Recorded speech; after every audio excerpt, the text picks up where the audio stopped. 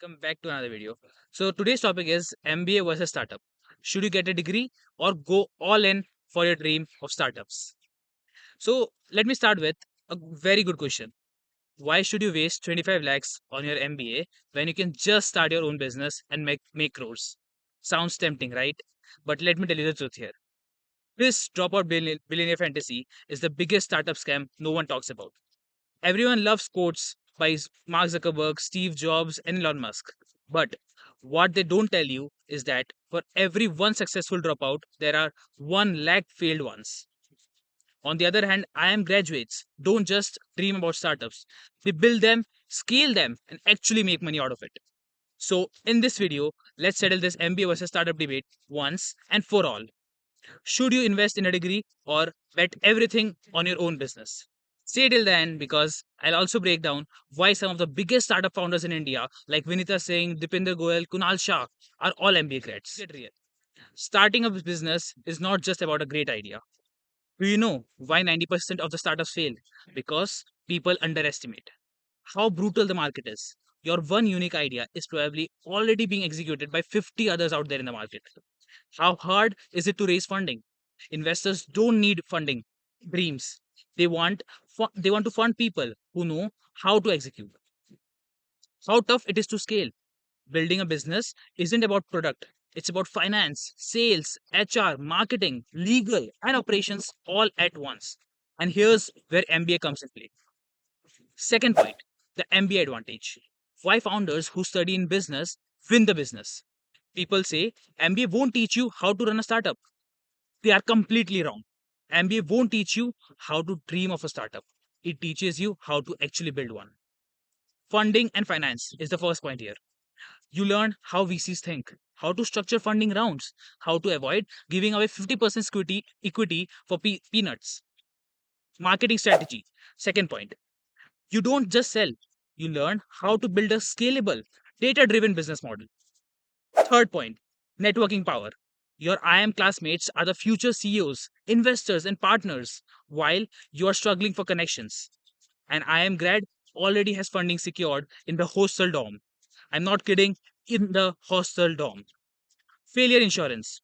If your startups fail, an MBA gives you a fallback option. Top jobs in consulting, finance, or corporate leadership. A startup is a high risk gamble. An MBA is a strategic investment. Coming on to my third point now, the myth of dropout billionaire. What they don't tell you. Exactly, I'll be telling you today in this video. Everyone loves to say, यार, Bill Gates, Mark Zuckerberg, and Steve Jobs, यार इन्होंने तो college छोड़ा था. But do you think what they actually dropped out from? Harvard and Stanford, not some random tier 3 college. They had mentors, funding, and networks from the best institutions in the world.